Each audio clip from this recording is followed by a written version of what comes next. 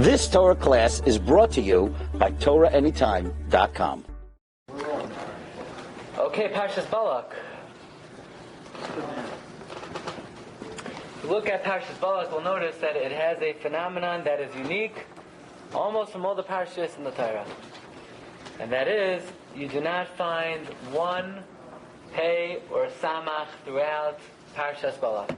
Until all the way at the end, after the whole episode with Balak.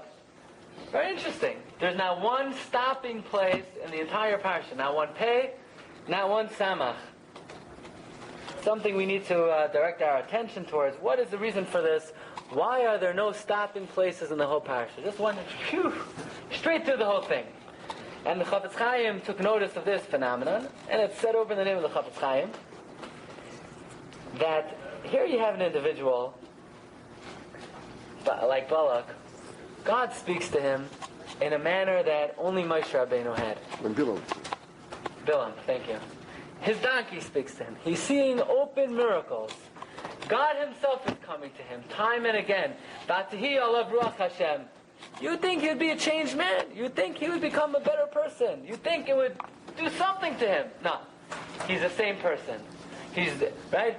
He's the same Rasha from the beginning. How's that possible? God speaks to him. The donkey speaks to him. There's only one answer. He never stopped and thought for one moment, what is going on over here? He never allowed himself to have the hisbaininus, the contemplation about what is happening in his life. And people could see open miracles. People could see the most astounding things. If they never pause, right? We know the purpose of the pei and the samach. Chazal tell us is kadei litein revach l'Moshe ben Parsha l'Parsha l'hisbainin. The purpose of a pei and a samach was to give Moshe opportunity to stop and think between one Indian and the next. Bilam never paused. He never stopped. He never took a moment to contemplate what was happening.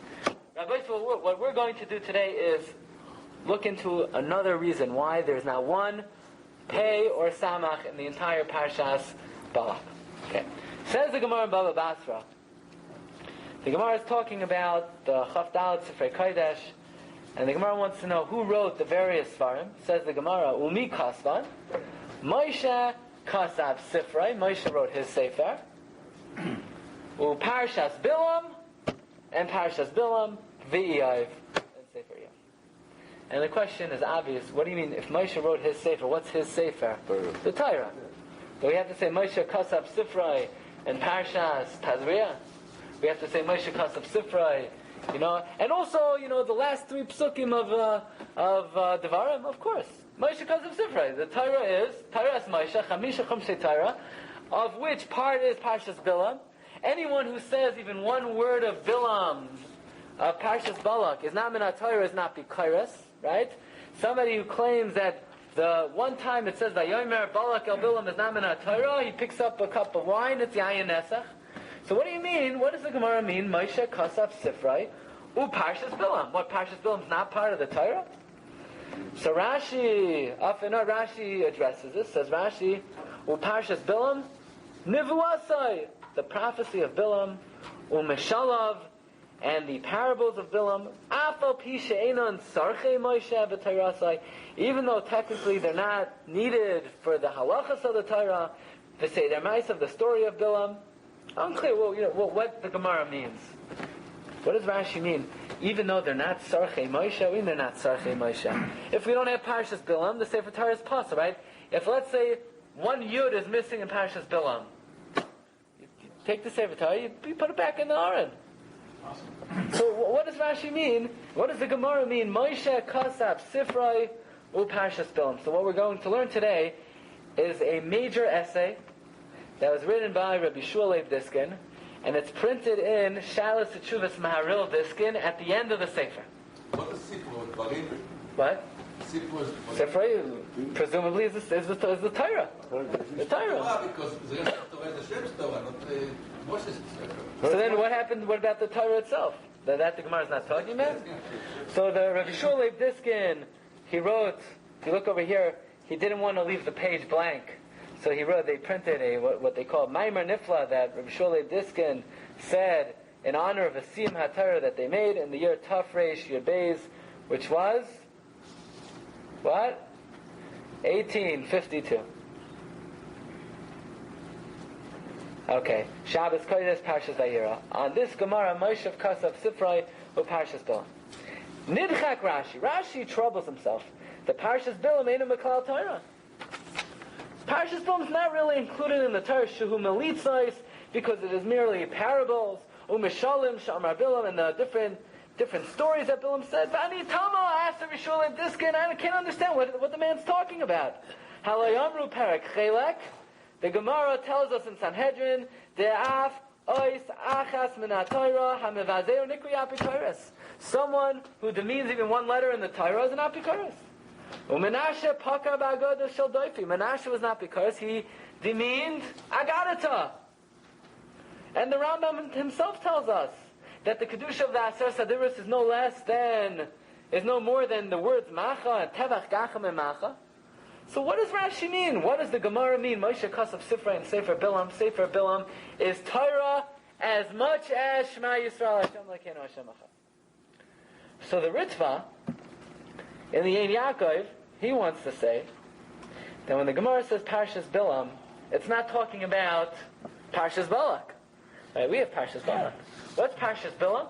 Parshas Bilam. Oh, if you could only see Parshas Bilam. It's a big, fat book. You know, you go down to to one of these bureaucratic offices, and you need to get a deed of a building that was built before 1950.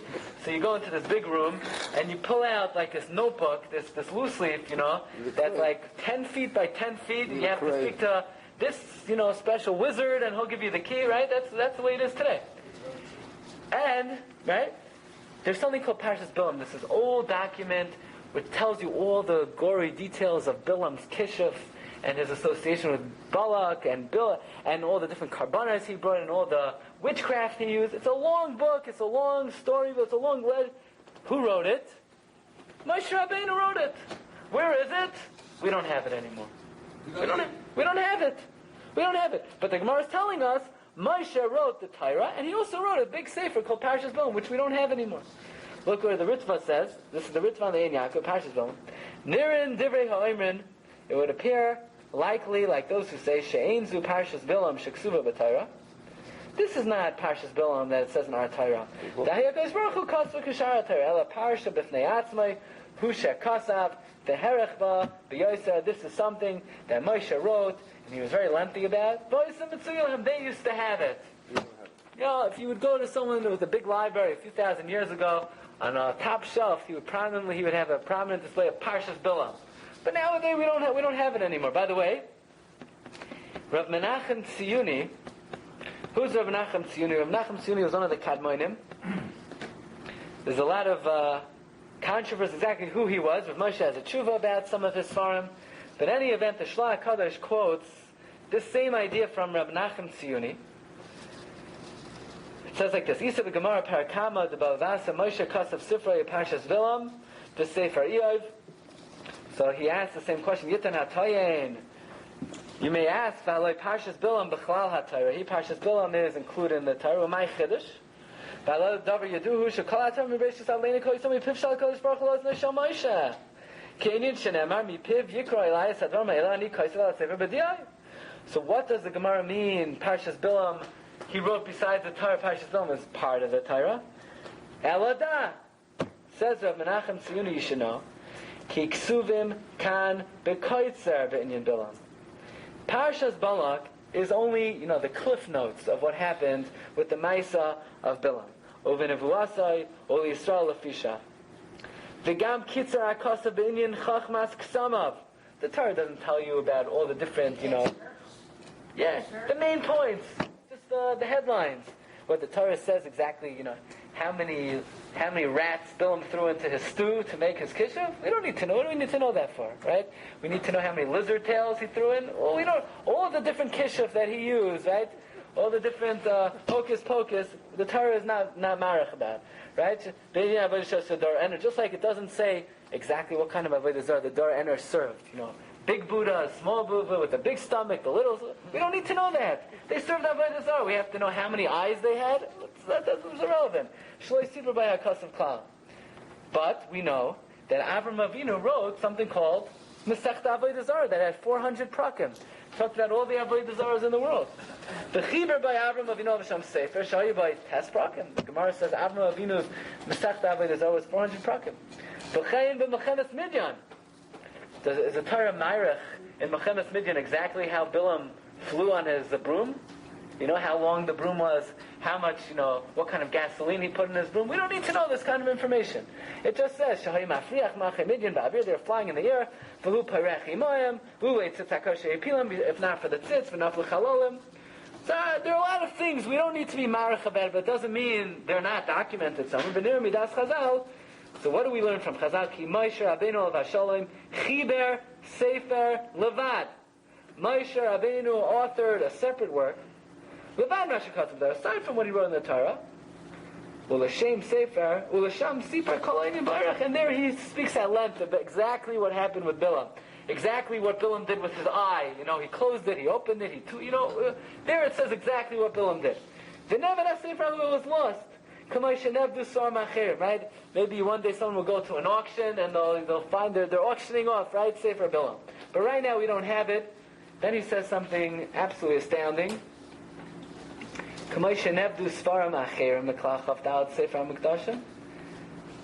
Just like we lost other Sfarim that were among the 24 books. I cannot vouch for that. I don't know what that means. Because of the tsaras and the length of the Golos that went Asher Tavanu by. Fine. By the way, based on this from Menachem Tziyuni, the Yeshuas Malkai offers a very novel suggestion to explain a Rambam. The Rambam lists as two separate categories, one who denies the Nevuah of Moshe, and a Kaifer Batara. So the Yeshuas Malkai asks, Rabbi Shumi Kutna asks, what do you mean someone who denies the Nevuah of Moshe? So that's already a Kaifer Batara. Why do we have to have two separate categories? Kaifer Batara, and someone who's Makrish the Nevuah of Moshe. It's the same thing. If you're denying the Nevuah of Moshe, you're obviously a Kaifer Batara. Says Yeshua Smakar, no. It's two separate things. One thing is what? The Torah proper. And then there's another thing. The Nevuah of Moshe. What was the Nevuah of Moshe? For example, Sefer Bilam.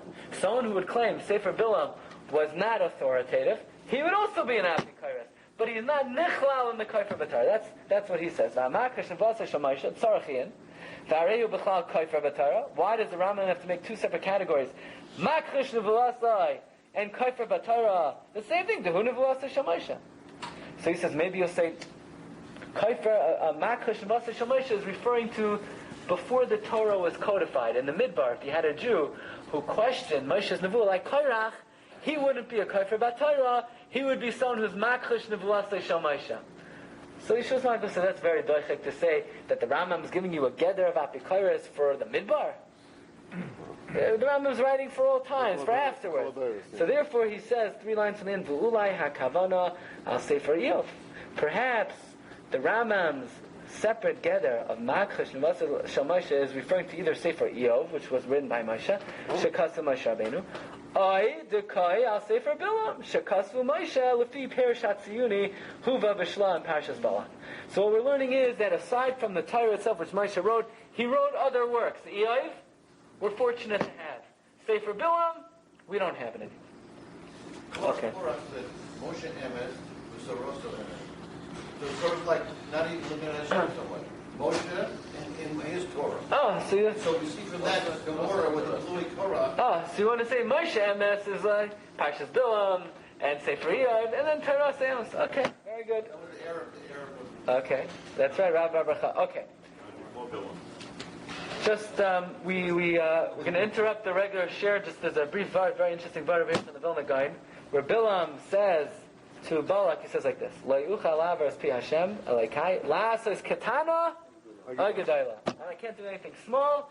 I can't do anything big. So the question is, obviously, if he can't do anything small, he certainly can't do anything big. What does he have to say? I can't do anything small. I can't do anything big. So the Gra brings down a Medrash Pliya that says, on the words Vayasam Hashem Davar B'fi Bilam, one opinion is that God put a fish hook in his mouth and he closed his mouth, and another And though that reflects the words Ma'akayv like Habaykel.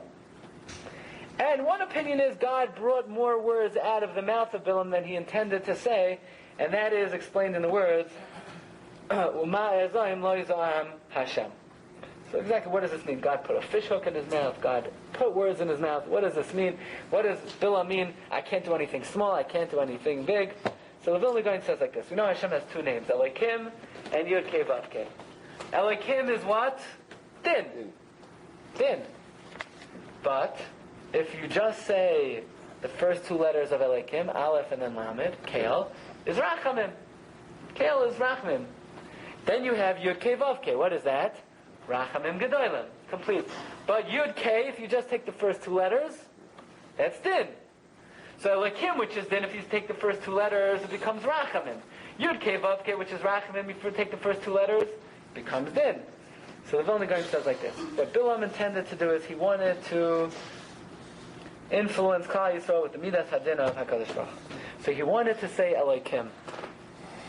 God put a fish hook in his mouth, so instead of saying Elokim, only the first two letters came out. Kale. That's what Bilam says. Ma'akoiv loy kaboy kale. I can't curse what Kale doesn't allow me. I wanted to say Elokim. But God put the chika, the P, and what came out was only the first two letters. Then I try to say the Yud Kei to create Din on Klal Yisrael, Yud Kei. Then Hashem added with letters to my mouth. Instead of saying Yud Kei, I said the Yud Kei Vav Kei. Ma'azayim Hashem. Okay. Chika. That's how I'm translating it. Yeah, you'll have to look up and... I would say like because fish is not sholei ayin har. He wanted to put ayin har on the Jews, so that's why Hashem gave a fish hook to show that there's no ayin har by fish, and you can't put ayin har. All right, very good. You'll put it in your sefer. Okay. I wrote something. Someone. Okay. Don't tell anyone. Okay. So back to the question. Rabbi Shua Leib Diskin does not really approve of Rashi's answer. The Rabbi Shua Leib Diskin does not approve of this answer that Parshas Bilam refers to the Meshalim of Bilam, even though it's not needed for the Torah. Of course, what does that mean? Of course it's needed for the Torah. It's part of the Torah. If you're kaifer in that, so you're not considered, you're not a Jew. B'chlal, Rabbi Shua Leib Diskin wants to know. So what is he doesn't hold that... He doesn't buy into these answers. That Parshas Bilam is a separate work. Parshas Bilam is it's part of the Torah, but it's not needed for the rest of the Torah. What does that mean? It's needed. It's our Parsha. It's needed, yeah. So there's no separate sefer, he's saying. No, right. So we'll see how we learn. The Chlal Rabbi Shua Leib Diskin wants to know, we know it says, Lekam the Yisrael Navi Kamoshe, right? There was never a Navi like Moshe, so Chazal Darshan, Kamoshe, right? The Yisrael Lekam Avumasa, Lekam Amaniu, Bilam. Which means what? The same way Moshe Rabbeinu was on the highest level of Nevuah, which we call Aspaklaria HaMeira, a clear prism. His Nevuah was crystal clear. Bilam experienced the same level of Nevuah. Why in the world? How do we understand that? Bilam, who was a Rasha, he had Ayin Ra, Nefesh Gavaya, Ruach, right? Nefesh Ruchava, Ruach Gavaya. He had every bad midah in the world. He was a Chayte Umachti. He experienced the same level of revelation as Moshe Rabbeinu. How is that possible? He was a Rasha Marusha. He was completely sunken in Tumah, in Arayas, right? Hahaskin Hiskanti. He lived with his own animal. And he is seeing the Nevuah B'Aspaklaria HaMeira. It doesn't make any sense. It doesn't make any sense. And B'chlal, we have to understand, what does it mean, Aspaklaria HaMeira? What does that mean? Other Nevi'im saw it with Aspaklaria Sheinimir, but their glasses were cloudy. They tried to clean it off, and they couldn't see things clear. Moshe Rabbeinu had, smudge-free glasses, and his Nevuah was clear. What does that mean? What does that mean? And B'chlal, at the beginning of the Parsha, Balak comes to Bilam. He says, Bilam, here. He opens up his wallet. He flashes the cash. He said, curse the Jewish people. So what does Bilam say? I cannot do anything that God does not let me. If you want to go along. At the end of the Parsha, Balak is fuming at Bilam. What? I thought you were going to curse Klal Yisrael. This is what I got you for? I thought I was going to give you covet. I can't give you any covet. So Bilam says, yeah, that's what I told you from the very beginning. I can't do anything. So, I don't understand. If he told Balak he couldn't do anything, so what did he go for? And if Balak knew he couldn't do anything, what's he getting angry at him for? And B'chlal, if Hashem tells Bilam, don't go, Where did he go? How could he go? Why did he change his mind? How could he go? He wanted to. He wanted to. How could he want to? He wanted- God told him he can't. God wanted to. But he's tam yodes ribanim macham lemraisa. We don't. Doesn't Chazal don't say that. It seems like Hashem told him not to go, but he was still able to go with permission somehow. So Rabbi Leib Diskin says the following. Listen to this. What is the difference between Torah and Nevi'im? This is very fundamental. This is awesome. What is the main difference between Torah and the Nevi'im? Difference is, what was Nevuah? Nevuah consists of two parts. The Navi saw a certain image. For instance, they saw, Yaakov Avinu saw the ladder. Or Yechezkel saw the chayos. Or Yirmiyah saw the stick that was blossoming with almonds. Okay, so Yaakov sees the ladder. What's a ladder? What's that going to do? A ladder. So if I saw a ladder, maybe I need to fix my attic. Maybe I need to build a second story. Maybe I need to, who knows, a ladder. What does a ladder mean? I mean, you could, if a poet would see a ladder, he could come up with 5 million interpretations. What does a ladder do for you? Yaakov understood that what's the ladder? The Dalet Golios. I mean, where do you get that from? That would take many years of literary preparation to get a Dalet Golios out of ladder. The answer is, part of Nevuah is, A, you see the image, B, Interpretation. you have a certain intuition what the meaning of the image is. So Yaakov Avinu sees the ladder, and then in his nefesh, he has a certain intuition what the meaning of the vision is. Now, what do you mean he sees in his nefesh? Does that mean it's open to interpretation? Somewhat, yes. However, the Navi understands the Nevuah, that is the meaning of the Nevuah. Ein shnei neviim misnavim b'signon echad. You can have two Nevi'im, they see the same image, they will not come up with the same interpretation. What do you mean? I thought, besides seeing the image, they have an intuition through Ruach HaKodesh what the meaning is. Yeah, but the intuition is seen and reflected on a screen. What's the screen? The screen is their nefesh. Their screen is their nefesh. If their nefesh is absolutely pure, completely 100% kadosh v'tahar, not only will they see the image, they will see the absolute interpretation from Hashem Himself. But there was only one person in our history whose nefesh was so clean and pure that not only did he see the image, he saw word for word in absolute terms what it meant. That's Moshe Rabbeinu. That's what it means to see Nevuah ba'aspa klarya ha'meira. But other Nevi'im, they were kadosh, the tahar, kadosh, kadashim. But nevertheless, they were basar v'dam. And therefore, their Nevuah had a certain, not tainted, but had a certain you. It had a you to it. The same way if your screen is red, you'll see exactly what the image is, but it will take on the red hue, a green hue, a purple hue. The nefesh of a basar v'dam, every human being has a different ink. Kishem shem partzufeim shavos, kach ein deoseim shavos. No Navi will see the same interpretation, not because they're not changing the message, they're not distorting the message, but that is how the message is affected by their personality and their character traits. And therefore, that is the main difference between Torah and Nevi'im. Torah, Moshe Rabbeinu got the image, and he got the absolute interpretation, crystal clear, with not that there's room for interpretation. There was no there was no room to turn it. It was absolute. Other Nevi'im, they got the image, but the interpretation was left to the way they saw it on their nefesh. Comes Bilam Harasha, and Bilam says, "Oh, I can't wait until God comes to me. You know why?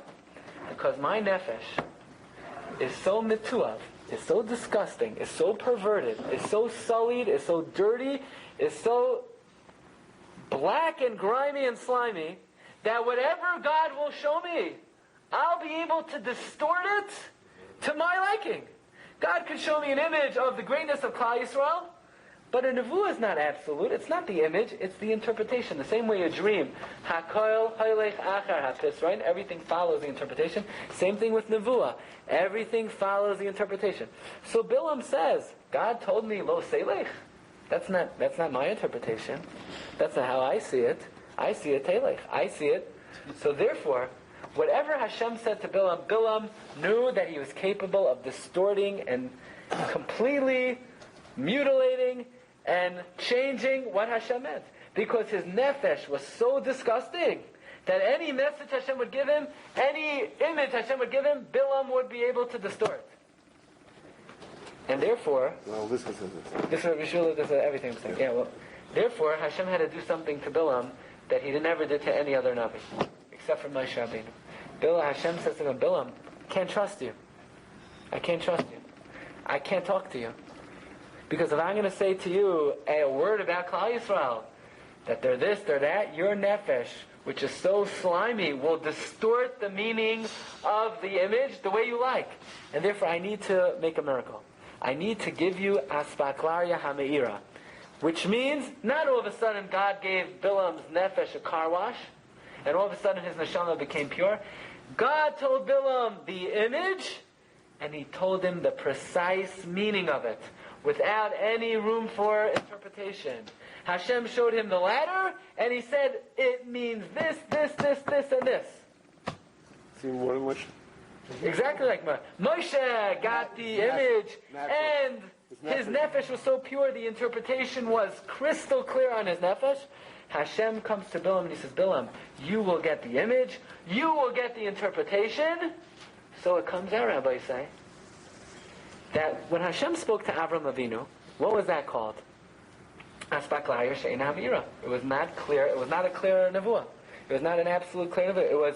It was colored by the you of Avram Avinu's neshama. So then how come the stories of Avram Avinu are in the Torah? They shouldn't be Torah. They should just be on the level of Yeshaya, Yecheskel, Yirmiyahu. The answer is, says Rabbi Shulei Diskin, if you see anything in the Chumash, that means Hashem chazered it over to Moshe Rabbeinu. V'yeser seis u'v'yeser eyes, then even Avram Avinu saw it with his own eyes. Yeah, Avram Avinu saw with his own eyes 3 malachim come to him. That doesn't make it Torah. It's not Torah. That's just Nevi'im. What made it Torah is on Har Sinai, Hashem comes to Moshe and he tells him, B'aspaklai HaMeira, all of the stories from Bereshis until Moshe Rabbeinu was on the scene. And therefore, what makes something Torah? The only way that something is Torah as opposed to Nevi'im is Moshe sees the image, Moshe sees the interpretation. There's only one exception. There's only one part of the Torah that you didn't need the nevuah of Moshe Rabbeinu to give it the status of Torah. Says Rabbi Shulei Diskin, Parshas Balak. Why?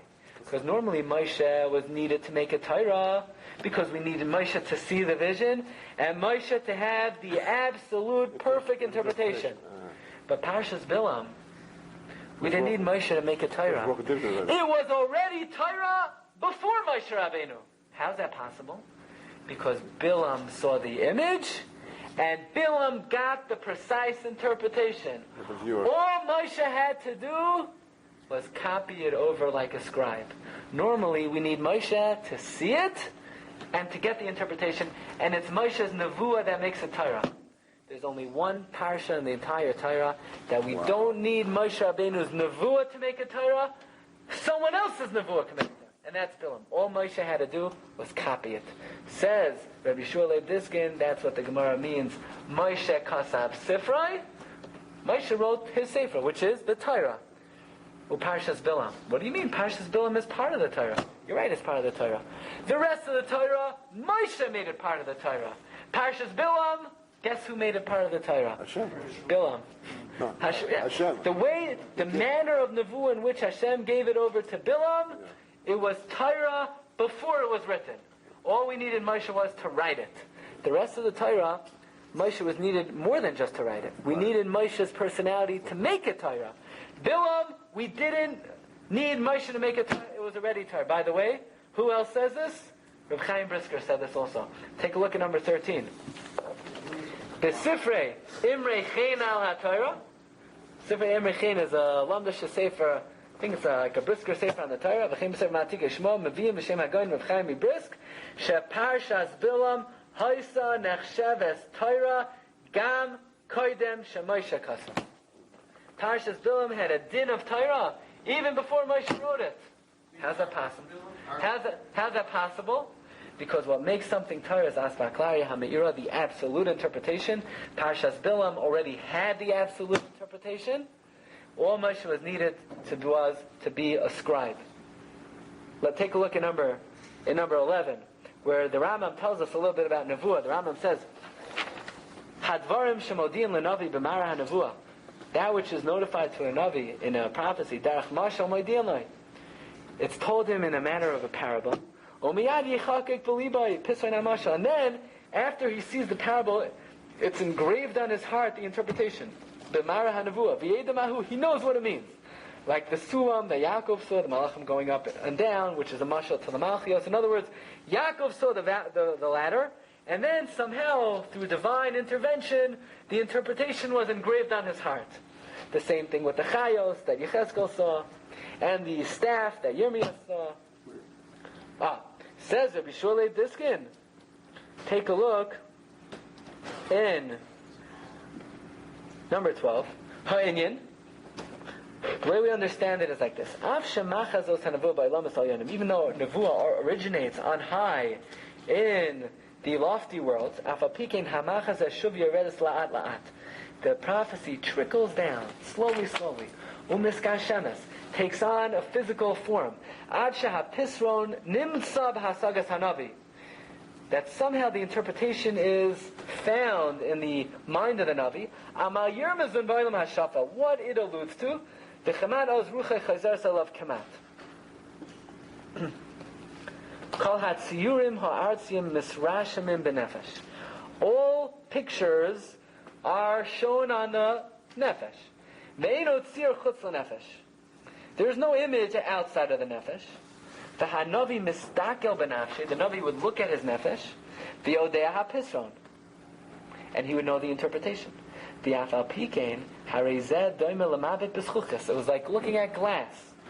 Im haschuchis tzvu yarek. If the glass had a green hue, adoim a red, sav, a yellow, tchilas blue, kein nirin like chalam abutim. Then everything he saw in his nefesh had that hue.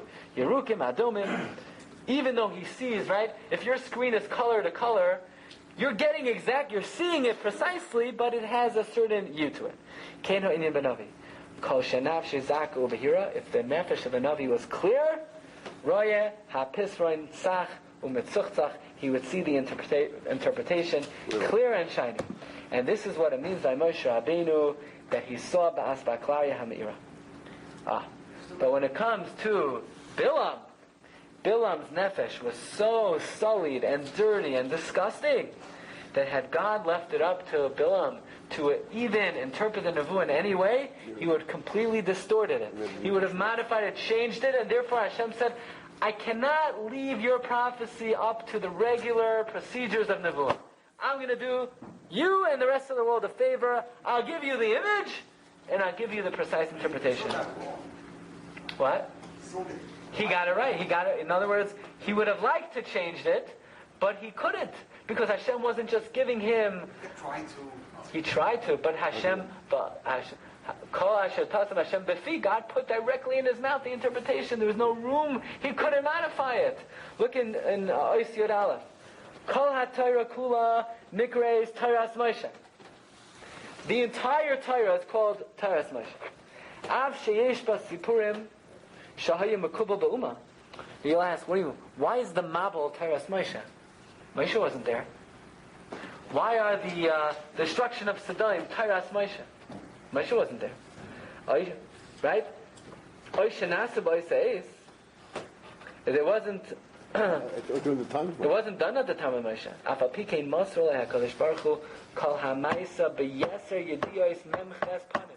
When Moshe got the Messiah of what happened in Sodom, he knew what happened more than Lot did. Because God not only gave him the revealed aspects of what happened in Sodom, all the Memches Panim L'Torah of what happened in Sodom, Hashem gave Moshe. Aside from the fact that in the words that Hashem gave him about all of these stories, many different secrets were alluded to. All the prophecies that were given over to Avraham, Yitzchak, and Yaakov were then chazered over to Moshe. like Kematik Moshe, it's a mistake to think that Moshe just wrote over like a scribe the Mabul. He wasn't a scribe. He was needed to make the Mabul into Torah. The fact that a Mabul happened doesn't make it Torah. What? It becomes Torah because it happened? No. It only became Torah because Hashem came to Moshe especially, and he said, Moshe, there was a Mabul in the times of Noach, and Hashem told him all the details. That Moshe wasn't just writing it down. Moshe was needed to make it Torah. Was this recording? He wasn't just a right. Ki Moshe zochel astaklari hamira kasher masam la Hashem zoch atabrach hakodesh yada hanav oisan v'b yeserais kanal. There is one exception. There is only one part of the Torah Moshe is not needed to make a Torah. Moshe is just the scribe, and that is Parshas Bilam. Lo haya rak kematik ba'alma. All Moshe was regarding Parshas Bilam was he's a cipher. Well, how could that be? You're telling me it was Torah before he wrote it down? Yeah. Why? If God left anything ambiguous to Bilam through his nefesh, the tuava, he would have distorted it. Hashem had to give Bilam what we call Astaklari Meira, so that, not because of Bilam's greatness, because of his rishus, because of how dirty and sullied he was, God couldn't trust him. Yes? So we take a lesson in Master Monaco. Moshe acted as a shliach of HaKadosh Baruch Hu. What made it into the Rishka of the Torah? Moshe acting as a shliach of HaKadosh Baruch Hu? No. Or was Moshe himself made it? The fact that he had the nevuah, that a Mabul happened, that's what made it Torah. But it's the Rabbi as a shliach. In other words, where's Moshe's path come from? Moshe's koyach came from the fact that he's mamish shliach shel adam k'maisa. In other words, his involvement did not in any way lower the nesina.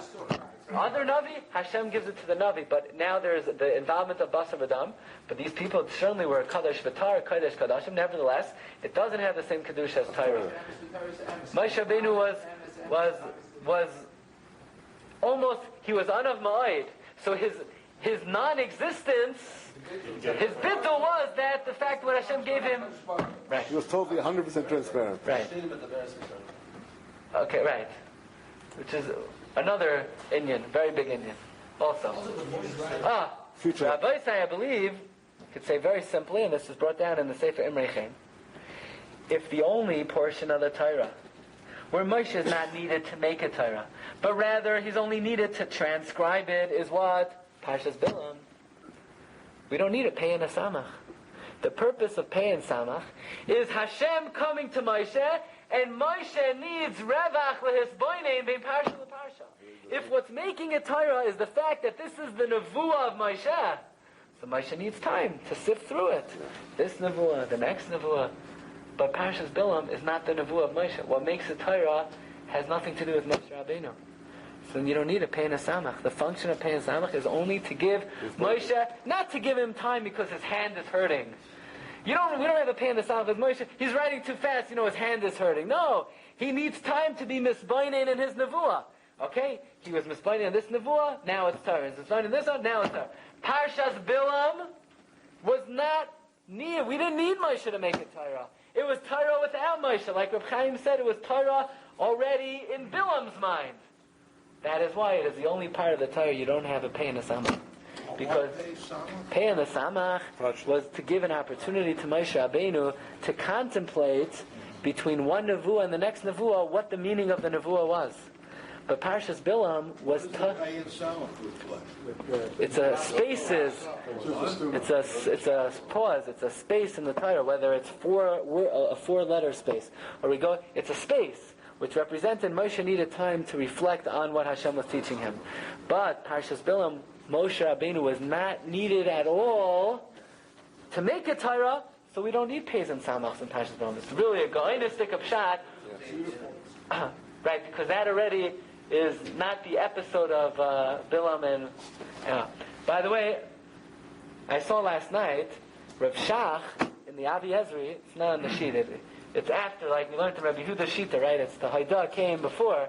So, the Rav Shach quotes this Maharil Diskin in his commentary to the Rambam. There's a famous question. What was the big nisayon of Avram Avinu with the Akedah? Hashem told him straight. Hashem told him beferish. So what's the big nisayon? Right? All of the Parshas ask, what's the big test? Right? If Hashem would come to anybody and tell them to do something, of course they would do it. So why was it a big nisayon for Avram Avinu that Hashem tells him? Of course, Hashem told him with open words, do this.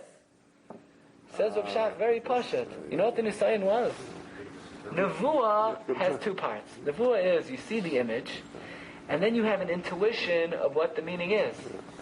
But the intuition is the reflection of the person. Is somewhat viewed by your own nefesh. If Avram Avinu had even an iota of a bias, of a negia, of too much of a personal ava for his son, it would have been impossible for him to interpret the nevuah in the correct way. If his nefesh was even tainted in the slightest bit, then when Hashem showed him this image, there is no way he would have been able to interpret it accurately that this is what Hashem wants.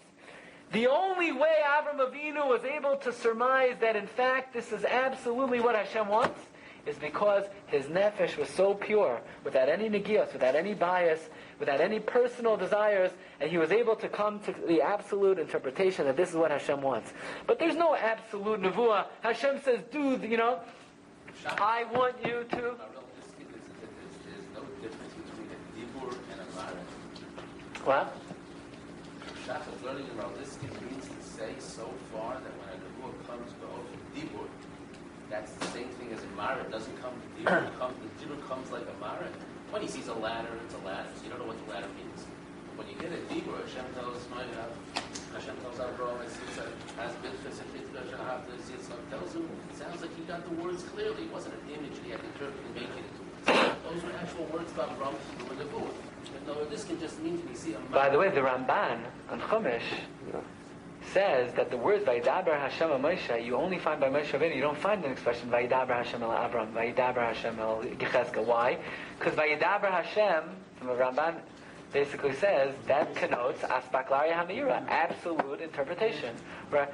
But you don't find Hashem never told Avram, right? It's Vayomer Hashem el Avram. What's the chilek? I think the Ramban says somewhere.